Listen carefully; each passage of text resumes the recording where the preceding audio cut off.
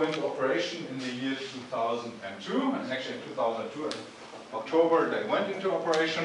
Just the figure that you saw here with this area. Of course they had to remove people or small villages from this area to build up those container terminals.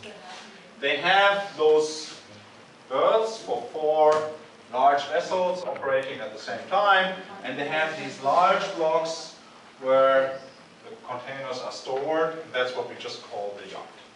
And you have seen this, we have seen one large vessel where they are operating, and with respect to the processes within that port, at that container terminal, we are looking at it from the water side firstly and then moving into the land, because the most important objective, as I mentioned earlier and repeated a couple of times, is to try to minimize the time to port.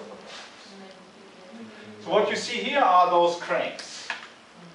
Just as a side remark, if you go to Shanghai, ZPMC is the name of that company producing those cranes. They have a world market share of well over 65% with respect to building anything made of steel in the ports.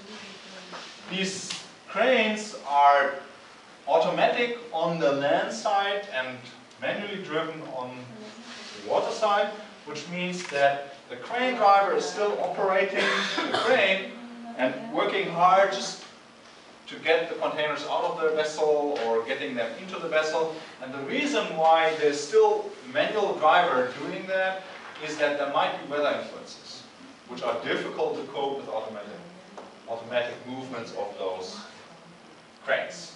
So if you just put down the container, picking it up, that's done manually, and then you have a niche platform where the driver is just moving the container, and from there on everything goes automatically, maybe onto an automatic guided vehicle or HGV, as you have seen it in the port today.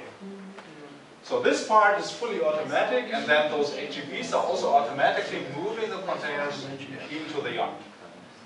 This is also the place where the freight is, or the container is going to be checked for damage.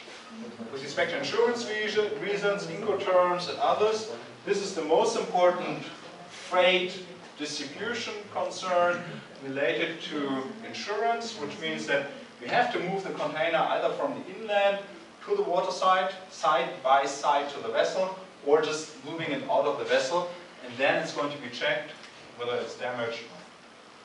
Now, we have those automatic guided vehicles, and they are moving the containers into the yard.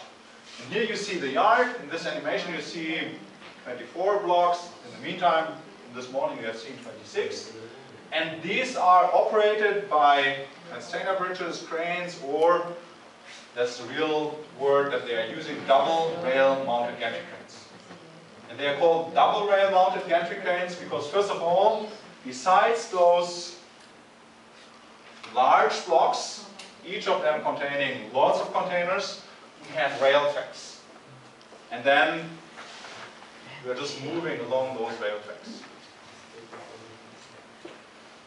We have double rail mounted gantry cranes. Just one question.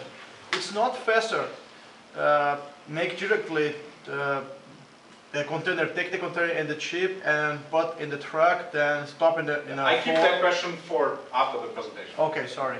And just look at this. The nice feature is that you have those double mounted gantry cranes where the larger one can pick up a container and then move it over the smaller one. That's one of the nice features, especially if you have maintenance issues which are related to the fact that the cranes are not operating all the time, and during those maintenance issues you can still operate the whole terminal, the whole yard or the whole block area, which seems to be very important.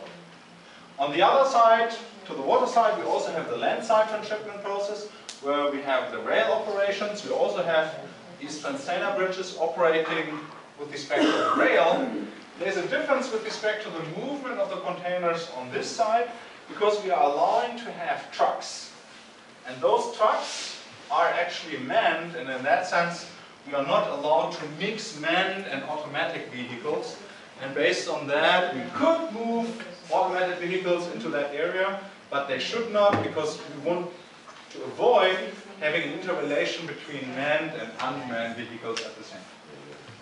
Okay, so this is what you saw today. I just wanted to just repeat or recapture what you have seen and give you some